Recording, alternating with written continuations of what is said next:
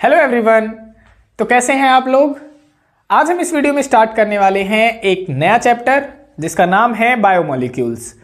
और एग्जाम के अंदर इस चैप्टर में से सिर्फ थ्योरेटिकल ही क्वेश्चंस बनते हैं और ये चैप्टर हमारा बहुत ही आसान रहने वाला है। और एग्जाम के अंदर इसकी जो मार्क्स वेटेज होती है वो 7 से 8 नंबर के क्वेश्चन इसमें पूछे जाते हैं। तो इस चैप्टर के अंदर हम आपको सारी चीज़ बताएंगे, किस तरीके से एग्जाम में लिखना होता है, अपने नोट्स कैसे प्रिपेयर करने होते हैं और जो जो इंपॉर्टेंट क्वेश्चंस हैं वो भी आपको बताए जाएंगे। तो चलिए शुरू करते हैं आपका अपना पहला लेक्चर बायोमोलिक्यूल्स का बिना किसी टाइम वेस्टिंग के। तो सबसे पहला जो हमारा क्वेश्चन आता है वो ये है कि बायोमोलिक्यूल्स होते क्या हैं। तो जैसे नाम से ही पता चल रहा है बायो का मतलब लिविंग ऑर्गेनिजम्स के अंदर जो मॉलिक्यूल्स पाए जाते हैं उन्हें ही हम क्या कहते हैं, बायोमोलिक्यूल्स कहते हैं।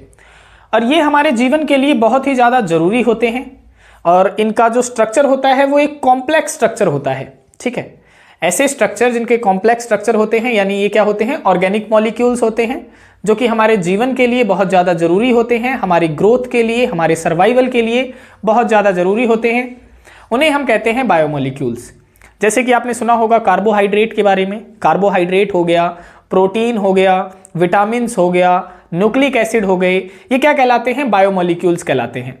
तो इसी से रिलेटेड इसकी डेफिनेशन है जिसमें आप लिखेंगे कि these are the complex organic molecules, कि ये क्या होते हैं, कॉम्प्लेक्स ऑर्गेनिक मॉलिक्यूल्स होते हैं which are essential for base of life, जो क्या होते हैं, हमारे जीवन के जो आधार होता है उसके लिए बहुत ज़्यादा जरूरी होते हैं और सर्वाइवल ऑफ लाइफ, और हमारे जीवन को बिताने के लिए बहुत ज़्यादा जरूरी होते हैं, आर कॉल्ड बायोमोलिक्यूल्स।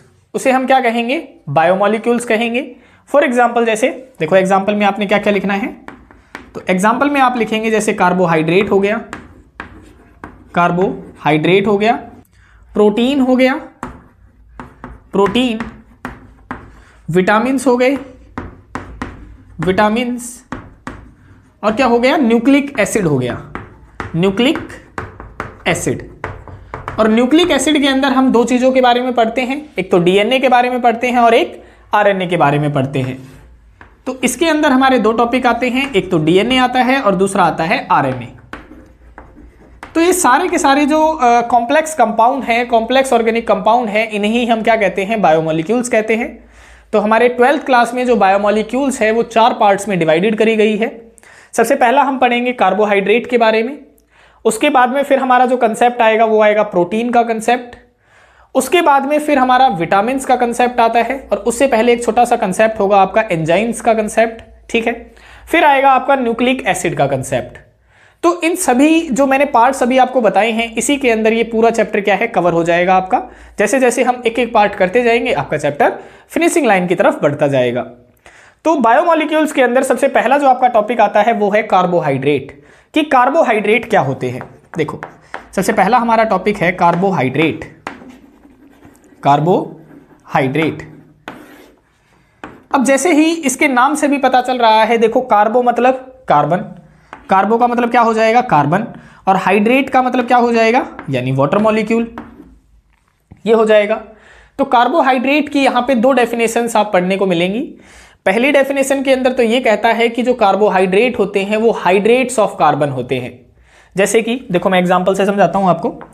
जैसे मान लेते हैं हमारे पास में क्या है, ग्लूकोज है, ग्लूकोज हो गया, और ग्लूकोज का फॉर्मूला होता है C6H12O6। एक तो मेरे पास में ये हो गया। दूसरा आपके पास में कार्बोहाइड्रेट है फ्रक्टोज, फ्रक्टोज, और इसका जो फॉर्मूला होता है वो भी यही होता है C6H12O6। दोनों का ही सेम फॉर्मूला है। अब मैं इन दोनों को क्या लिख सकता हूं, देखो इन दोनों को मैं लिख सकता हूं C6 और H2O का 6। देखो बिल्कुल लिख सकते हैं हम। देखो 6 कार्बन है, 6 कार्बन है, हाइड्रोजन देख लो 6 दूनी 12, 12 हाइड्रोजन है, ऑक्सीजन देख लो 6 एकम 6, तो 6 ऑक्सीजन है दोनों में ही। तो ये क्या हो गया, हाइड्रेट ऑफ कार्बन हो गया। तो ये हमारी एंशिएंट डेफिनेशन है कार्बोहाइड्रेट की। तो आप एंशिएंट डेफिनेशन के अंदर क्या लिखेंगे, एंशिएंट डेफिनेशन, आप लिखेंगे एंशिएंट डेफिनेशन के अंदर कि जो कार्बोहाइड्रेट होते हैं वो क्या होते हैं, these are the hydrates of carbon, these are the hydrates of carbon. Carbon.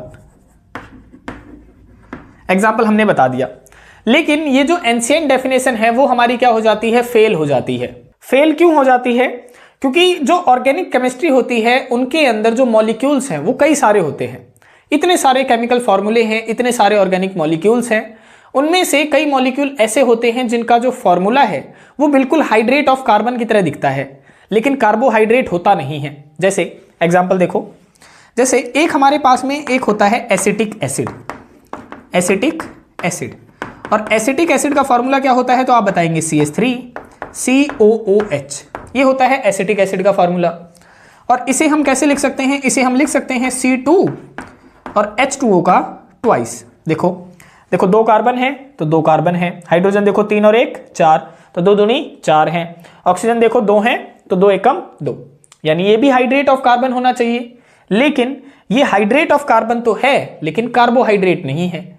और यहां पे ये कह रहा है कि कार्बोहाइड्रेट तो वो होते हैं जो हाइड्रेट्स ऑफ कार्बन होते हैं, इसका मतलब ये भी कार्बोहाइड्रेट होना चाहिए था, लेकिन ये क्या है, not a carbohydrate, not a carbohydrate, carbohydrate, ये कार्बोहाइड्रेट नहीं है।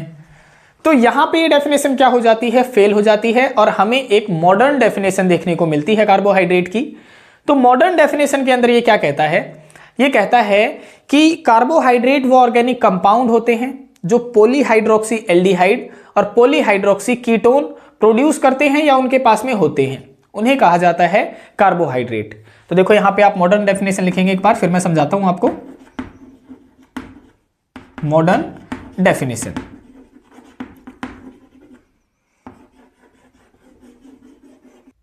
तो मॉडर्न डेफिनेशन में आप लिखेंगे कि द पॉलीहाइड्रोक्सी एल्डिहाइड, कि ये क्या होते हैं, पॉलीहाइड्रोक्सी एल्डिहाइड होते हैं। देखो पॉली का मतलब होता है बहुत सारे, हाइड्रोक्सी का मतलब कि OH ग्रुप उसमें बहुत सारे होंगे, ठीक है, हाइड्रोक्सी का मतलब होता है OH ग्रुप। एल्डिहाइड, एल्डिहाइड का मतलब एल्डिहाइडिक ग्रुप यानी CHO ग्रुप उसमें पाया जाता है। तो द पॉलीहाइड्रोक्सी एल्डिहाइड और पॉलीहाइड्रोक्सी कीटोन, पॉली का मतलब बहुत सारे, हाइड्रोक्सी का मतलब OH और कीटोन मतलब कीटोनिक ग्रुप उसमें पाया जाएगा, ठीक है। तो या तो पॉलीहाइड्रोक्सी एल्डिहाइड होंगे या पॉलीहाइड्रोक्सी कीटोन होंगे, उन्हें आप क्या कहेंगे, कार्बोहाइड्रेट कहेंगे।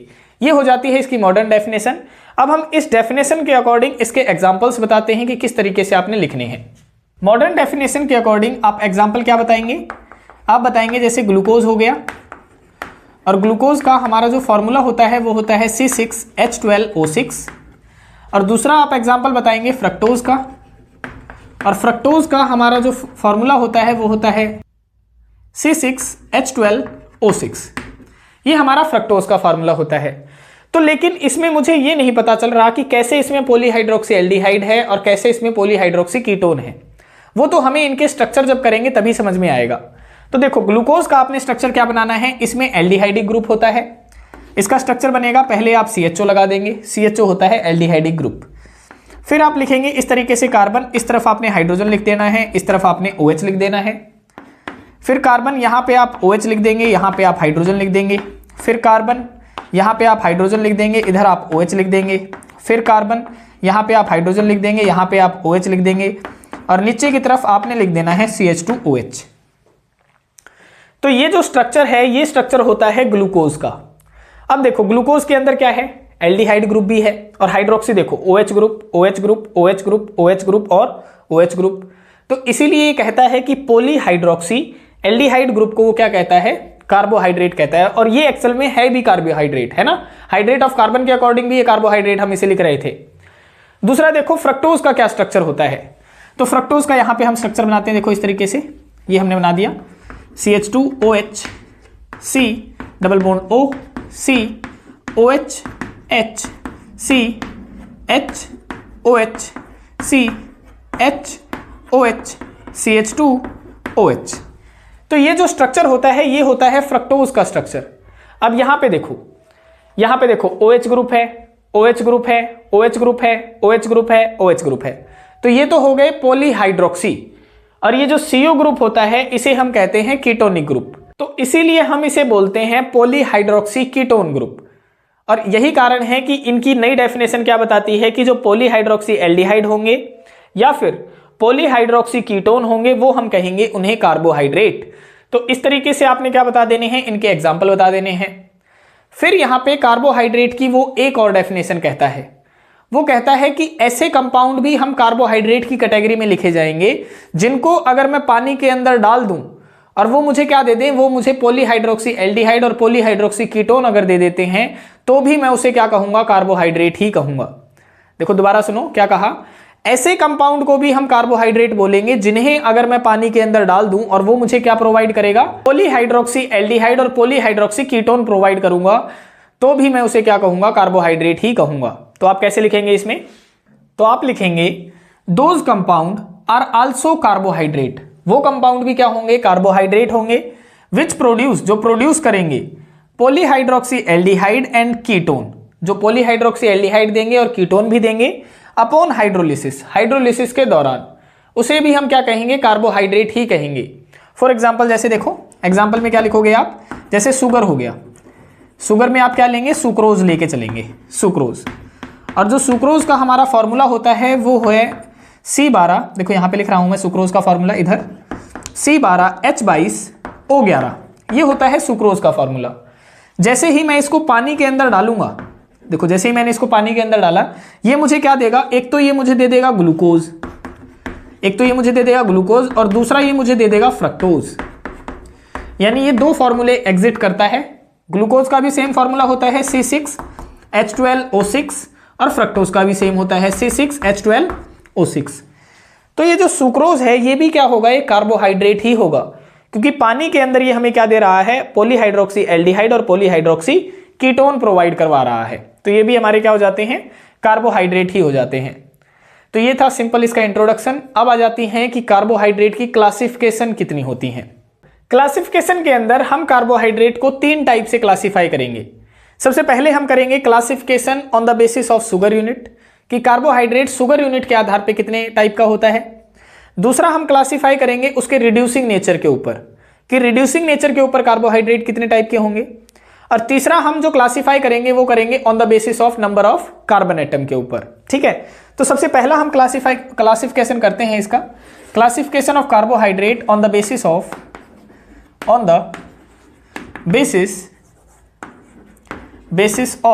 आप बता देंगे किसके आधार पे, शुगर यूनिट के आधार पे, नंबर ऑफ शुगर यूनिट, कि शुगर यूनिट के आधार पे जो कार्बोहाइड्रेट होते हैं वो कितने टाइप के होंगे। तो शुगर यूनिट के आधार पे कार्बोहाइड्रेट हमारे 3 टाइप के होते हैं मेनली। पहला होता है मोनोसैकराइड, SACHERIDE, मोनोसैकराइड। दूसरा आप बता देंगे ओलिगोसैकराइड,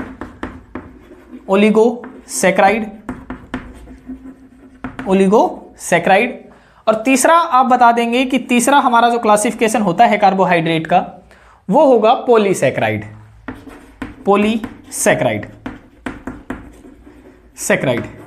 ये तो हमारा पहला जो क्लासिफिकेशन है on the basis of sugar unit उसके आधार पे है। दूसरा हम जो करेंगे वो करेंगे on the basis of reducing nature, on the basis of reducing nature, कि रिड्यूसिंग नेचर के आधार पे कार्बोहाइड्रेट कितने टाइप का होता है। तो आप बताएंगे रिड्यूसिंग नेचर के आधार पे कार्बोहाइड्रेट 2 टाइप का होगा, पहला होगा रिड्यूसिंग शुगर और दूसरा होगा नॉन रिड्यूसिंग शुगर। तो यहां पे लिख देते हैं, देखो पहला होगा हमारा रिड्यूसिंग शुगर और दूसरा होगा हमारा नॉन रिड्यूसिंग शुगर। ये हमारी सेकंड क्लासिफिकेशन हो जाएगी। और तीसरी जो हमारी क्लासिफिकेशन है वो है on the basis of number of carbon atom. तो यहां पे देखो, यहां पे लिख देते हैं हम, इधर को एरो लगा रहे हैं, यहां पे ध्यान से देखना, ये हमने लगा दिया on the basis of number of carbon atom, on the basis of number of carbon atom, कि कार्बन एटम के आधार पे कितने टाइप का होगा। तो आप बताएंगे ये 2 टाइप का होता है, एक तो होता है एल्डोहेक्सोज और दूसरा होता है कीटोहेक्सोज। देखो पहला आप बता देंगे एल्डोहेक्सोज और दूसरा आप बता देंगे कीटोहेक्सोज।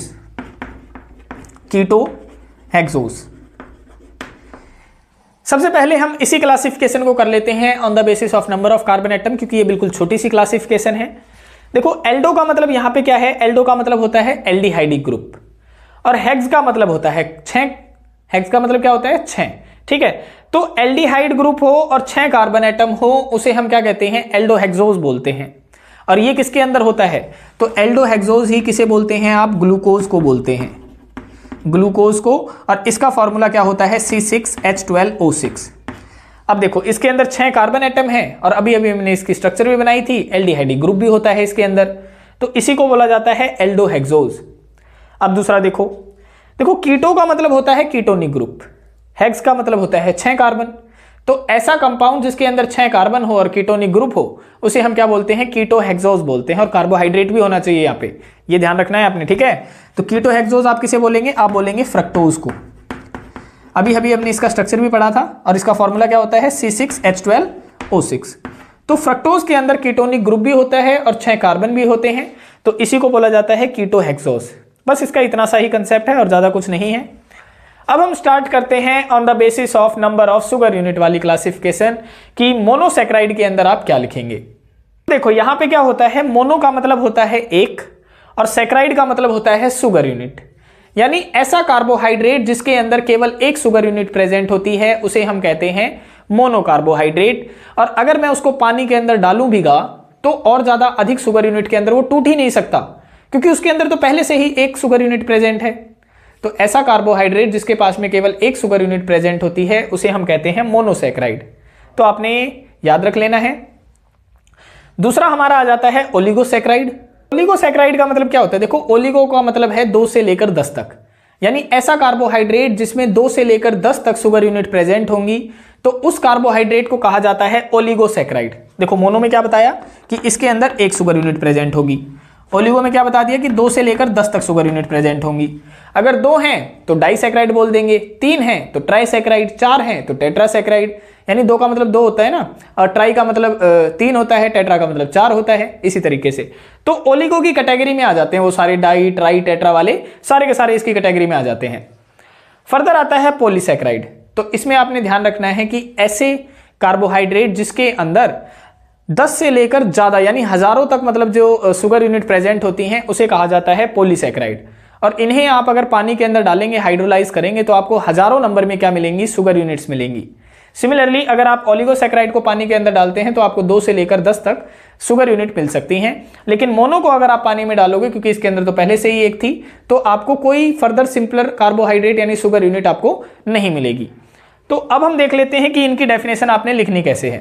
मोनोसैकेराइड में आप लिखेंगे सच कार्बोहाइड्रेट, ये वो कार्बोहाइड्रेट होते हैं हैव 1 शुगर यूनिट, जिसके पास में क्या होगी, एक शुगर यूनिट होगी, and don't hydrolyse further into simple carbohydrate, और ये फर्दर हाइड्रोलाइज होके और अधिक सिंपल कार्बोहाइड्रेट हमें जनरेट नहीं कर सकते, तो इन्हें कहा जाता है मोनोसैकेराइड।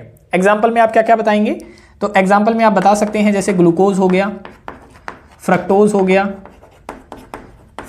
गया, मानोज हो गया, मानोज एटसेट्रा, ये सभी क्या होते हैं, ये सभी के सभी मोनोसैकेराइड होते हैं।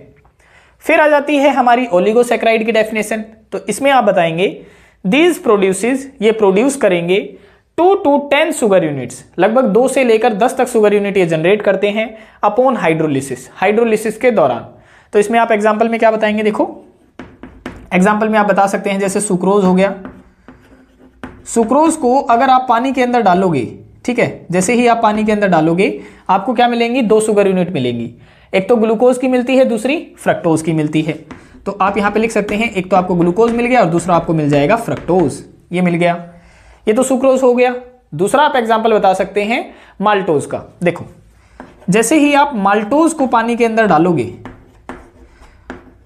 डालोगे, आपको 2 यूनिट मिलेंगी ग्लूकोज की, एक तो आपको मिलेगी, दोनों ही किसकी मिलती है, ग्लूकोज की मिलती है, ग्लूकोज प्लस में ग्लूकोज। ये भी क्या होती है, कार्बोहाइड्रेट होता है जो कि हमारी डाइसैकेराइड होता है और ओलिगोसैकेराइड की कैटेगरी में आता है। तीसरा आप एग्जांपल बता सकते हैं लैक्टोज का। देखो लैक्टोज में क्या होता है, लैक्टोज को अगर आप पानी के अंदर डालेंगे तो आपको 2 शुगर यूनिट मिलती हैं, एक तो आपको मिलेगी ग्लूकोज की और दूसरी आपको मिलेगी ग्लैक्टोज की, एक तो मिल जाएगी ग्लूकोज की और दूसरी मिल जाएगी ग्लैक्टोज की, ग्लैक्टोज तो ये आपने याद रखने हैं। एग्जाम में कई बार पूछ लिया जाता है कि लैक्टोज को अगर पानी के अंदर डाला जाता है तो कौन सी शुगर यूनिट मिलेंगी, माल्टोज को डालेंगे तो कौन सी शुगर यूनिट मिलेंगी, इस तरीके से क्वेश्चन पूछ लिए जाते हैं। और यहाँ पे ये जो सुक्रोज है, माल्टोज है और लैक्टोज है, अगर कोई आपसे इन तीनों का फॉर्मूला पूछ ले तो इन तीनों का फॉर्मूला सेम होता है। तो मैं यहाँ पे लिख रहा हूँ C12H22O11। ये तीनों ही किसके फार्मूले हैं? ये तीनों ही, ये जो मैंने लिखे हैं सुक्रोज, माल्टोज और लैक्टोज, इन तीनों का ये एक ही फार्मूला होता है C12H22O11। बस इनकी क्या होती है? स्ट्रक्चर अलग होती है। आगे आने वाले लेक्चर्स में हम बताएंगे कि इनकी स्ट्रक्चर बनाई कैसे जाती है। फर्दर आ जाता है हमारा पॉलीसैकेराइड। अब नाम से ही पता चल रहा है जिसमें large number of sugar unit produce हो, तो आप लिखेंगे such carbohydrate produces large number of sugar unit upon hydrolysis, कि ऐसा कार्बोहाइड्रेट जो हाइड्रोलिसिस के दौरान large number of sugar unit देगा उसे आप क्या कह देंगे? पॉलीसैकेराइड कह देंगे। इसमें आपने कौन कौन से एग्जाम्पल याद रखने हैं? तो देखो, आप एग्जाम्पल याद रखेंगे एक तो स्टार्च का, स्टार्च, दूसरा आप याद रखेंगे सेलुलोज का, सेलुलोज, और तीसरा आप एग्जाम्पल याद रखेंगे ग्लाइकोजन का, ग्लाइकोजन। और यहां पे आपने ये बात भी ध्यान रखनी है कि स्टार्च और जो सेलुलोज है वो पाया जाता है प्लांट्स के अंदर, और जो ग्लाइकोजन है वो पाया जाता है एनिमल्स के अंदर। देखो, ये पाया जाएगा एनिमल्स के अंदर, और ये जो स्टार्च और सेलुलोज हैं ये पाए जाएंगे प्लांट्स के अंदर। यहां पे लिख देते हैं प्लांट्स। तो ये आपने ध्यान रखना है। अब हम दिखाते हैं कि किस तरीके से स्टार्च और सेलुलोज पानी के अंदर large number of sugar unit produce करते हैं। देखो, ये जो स्टार्च, सेलुलोज और ये जो ग्लाइकोजन है, इन तीनों का ही सेम फॉर्मूला होता है, और फॉर्मूला है इसका C6H10O5 की पावर n। n क्या होती है? नंबर ऑफ शुगर यूनिट हो सकती हैं, यानी कितनी नंबर ऑफ शुगर यूनिट इनके अंदर कंपाइल करी गई हैं। n का मतलब है यहां पे number of sugar unit, number of sugar unit. तो इन तीनों का ही क्या फार्मूला है? तीनों का ही C6H10O5 की n, ये इसका फार्मूला है इन तीनों का। अब ये क्या करते हैं, जैसे ही इनको हाइड्रोलाइज करवाया जाता है तो अलग अलग नंबर में ये हमें ग्लूकोज यूनिट या फ्रक्टोज यूनिट हमें ये प्रोवाइड करते हैं। तो देखो किस तरीके से करेंगे। जैसे ही हम स्टार्च को पानी के अंदर डालते हैं, स्टार्च को आप जैसे ही पानी के अंदर डालते हैं तो ये हमें n number of alpha glucose प्रदान करता है। और यहाँ पे जो n की जो नंबरिंग रहती है, n की नंबरिंग रहती है लगभग 1000 से लेकर 3000 तक, 1000 से लेकर 3000 तक इसकी नंबरिंग रहती है। ठीक है, यानी ये कितनी हमें अल्फा ग्लूकोज प्रदान करता है? तो 1000 से लेकर 3000 तक ये प्रदान करता है। अब हम नेक्स्ट देखते हैं। देखो, जैसे ही आप क्या करते हैं, सेलुलोज को पानी के अंदर डालते हैं, आप जैसे ही इसको पानी के अंदर डालेंगे तो ये हमें क्या प्रोवाइड करेगा? n number of beta glucose प्रदान करेगा, n number of beta glucose. और बीटा ग्लूकोज ये जो प्रदान करता है, यानी n की जो नंबरिंग यहाँ पे रहती है तो वो रहती है 1000 से लेकर लगभग 6000 तक, 1000 से लेकर 6000 तक इसकी नंबरिंग रहती है।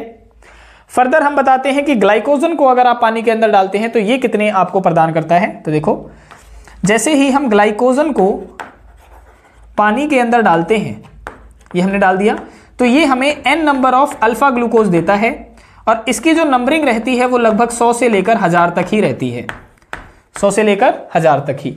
तो आपको देखने को मिल रहा होगा कि देखो कितनी ज़्यादा नंबरिंग में इनके अंदर शुगर यूनिट्स प्रेजेंट होती हैं जो कि हमें मिलती हैं, तो इन्हें कहा जाता है पॉलीसैकेराइड।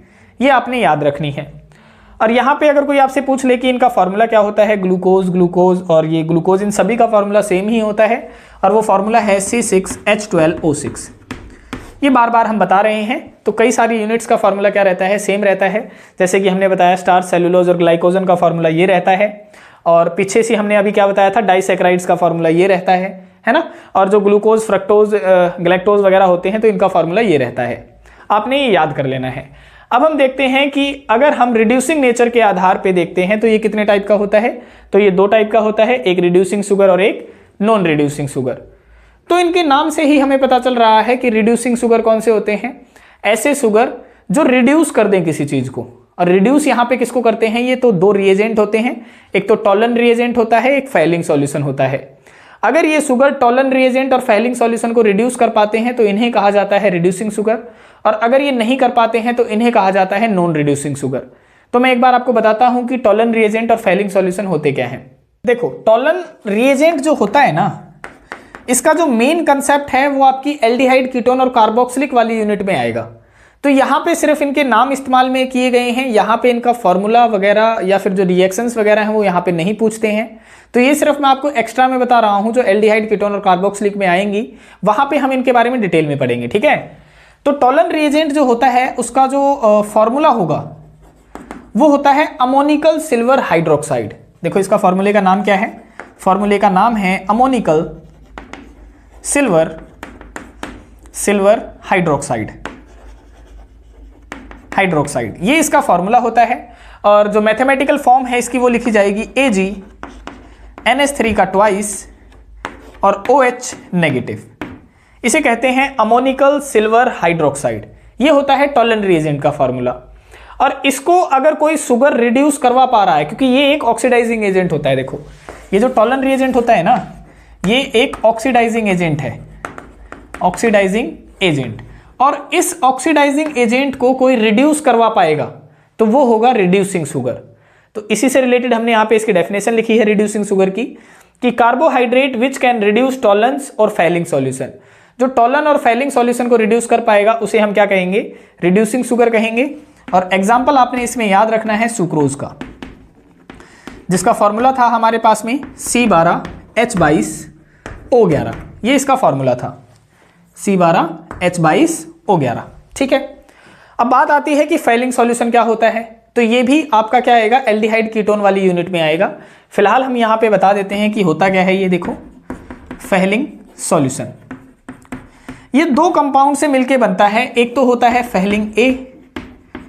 फैलिंग ए और दूसरा होता है फैलिंग बी।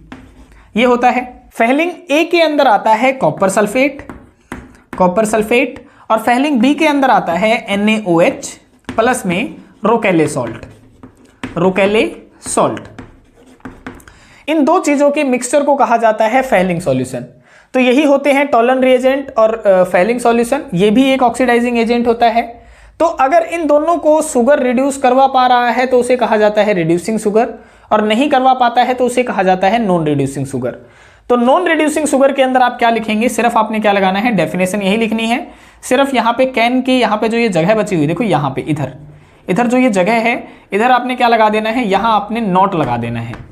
जैसे ही आप नॉट लगाएंगे वो डेफिनेशन किसकी बन जाएगी, नॉन रिड्यूसिंग शुगर की बन जाएगी, जिसमें आप लिखेंगे कि carbohydrate which cannot reduce Tollens और Fehling solution are called non reducing sugar.